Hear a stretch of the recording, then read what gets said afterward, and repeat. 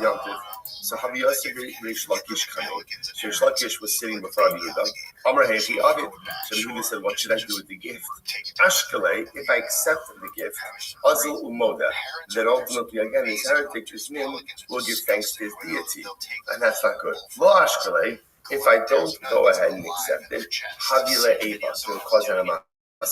So also we're going to talk about this concept of Eva, creation of animosity with the outside world, and how we have to be careful with that as well. So the Gemara talks, again, we see it in context. So the Udanisia wasn't sure what to do with the coin. So Reish Lakish gives me an interesting incident. He says, only Reish Lakish told Zrako Salabar, just throw it into a pit. Take the coin, throw it into a pit. The Gemara says, told Zrako Salabar, just go throw it in the pit, in the face, right in front of this heretic. So to which Udanisia says, well, 1 second, if we're concerned about creation of animosity, ain't animosity Gidol Mizol, right? That's going to pretty much take the guy off.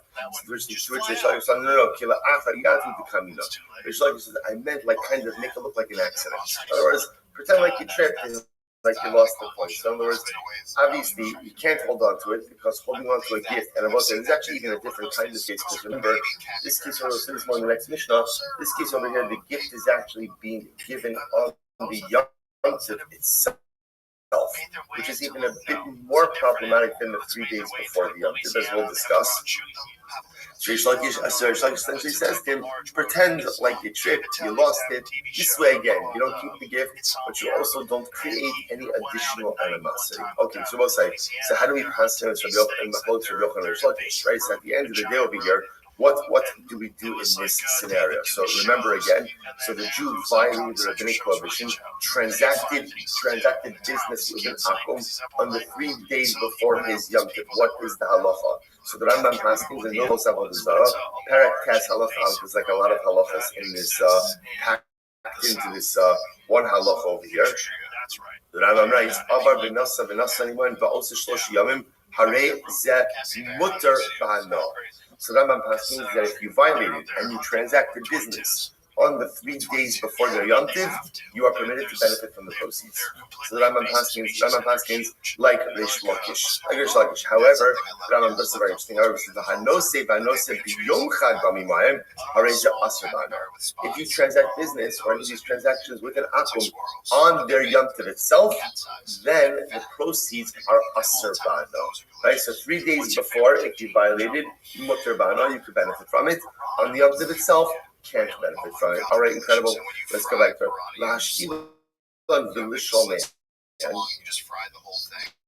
so next, ultimately again, Lashim L'Sholehen.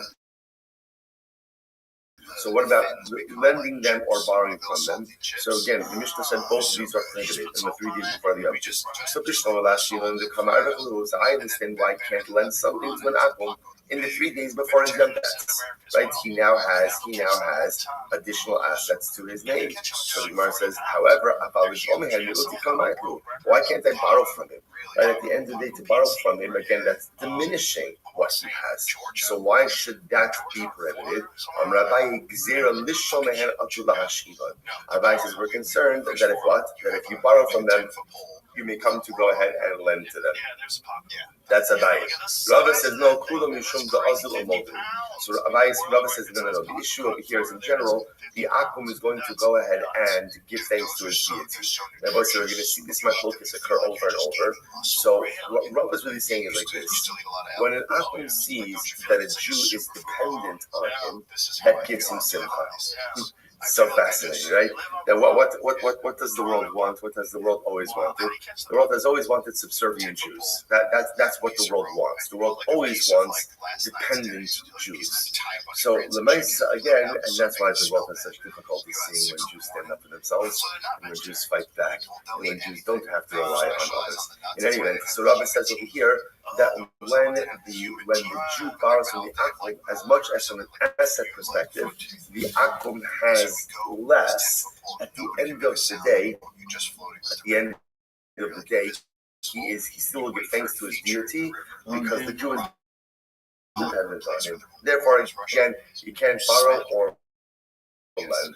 Next, to lend or to borrow from them. So Bishlam will have also so I understand why I can't lend the Akum, because by lending him, right, he has more property, he has more assets.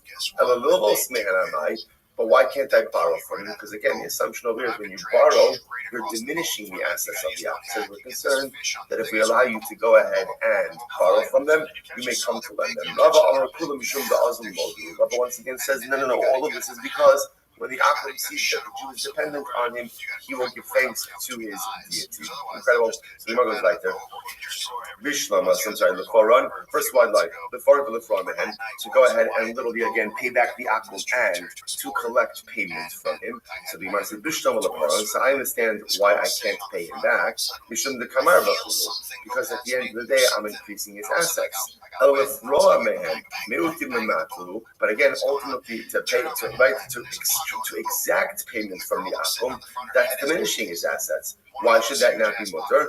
Rabbi, once again, Rabbi is concerned if we allow you to go ahead and pay back, to extract payments, you may come to pay back. Rabbi Amar, Rabbi says, no, all of this is because, again, the Akum feels a sense of gratitude when he knows that the Jew is dependent upon him. Incredible. So we'll say, so the obvious question is, why do you need all these cases? In other words, whenever you see a repetition of cases and the cases are all highlighting the same basic core principle, the fundamental question comes up, just say the case once, highlight the principle, and we got it. We know how to apply things after the fact. To which the Gemara says it's tricky.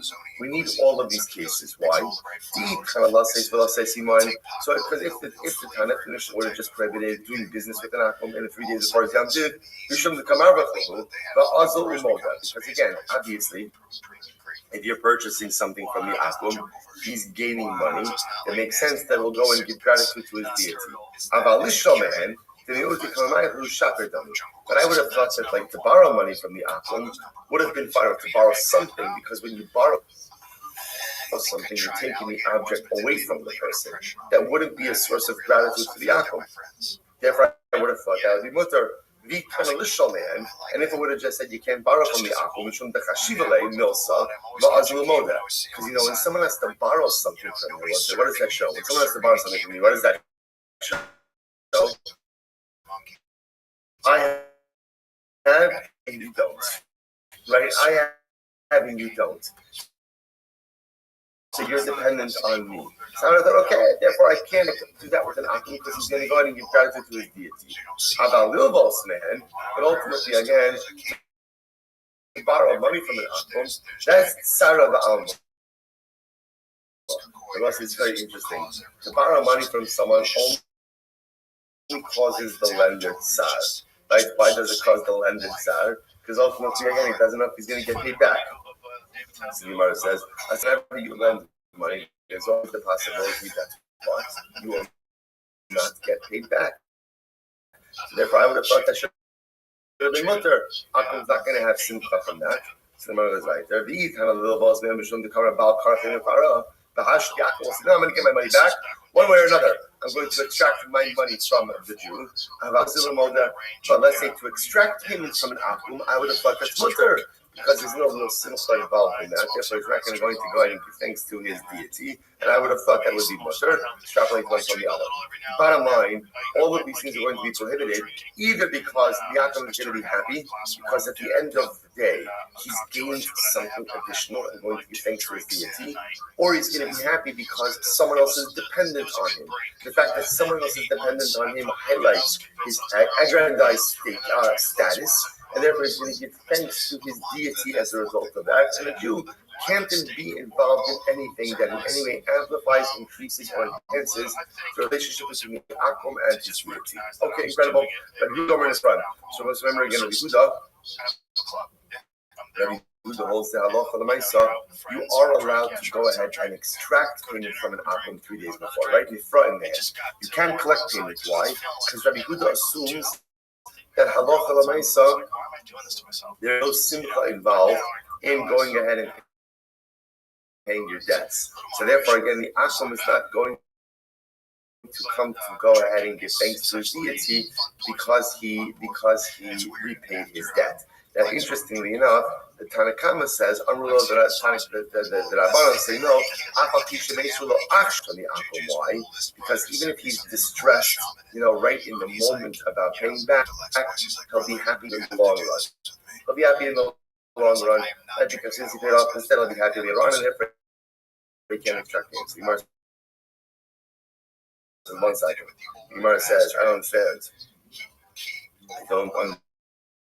Rabbi Huda, let's say Rabbi Huda, is Rabbi Huda supposed to say, so apparently what's at the core of this machlokes over here between Rabbi Huda and Tanakama is this idea that if something causes you temporary sadness but long-term happiness with an akum, so there's really only one thing that fits into that category, which is collecting payment from an akum. Right now will cause some distress, but later on it's really good to know that you paid off the debts. So Rabbi Yehuda says that's not a problem. You just look at what the transaction is now. You don't look at what it is in the future. Tanakama says no. We look at what it is now and what it is in the future.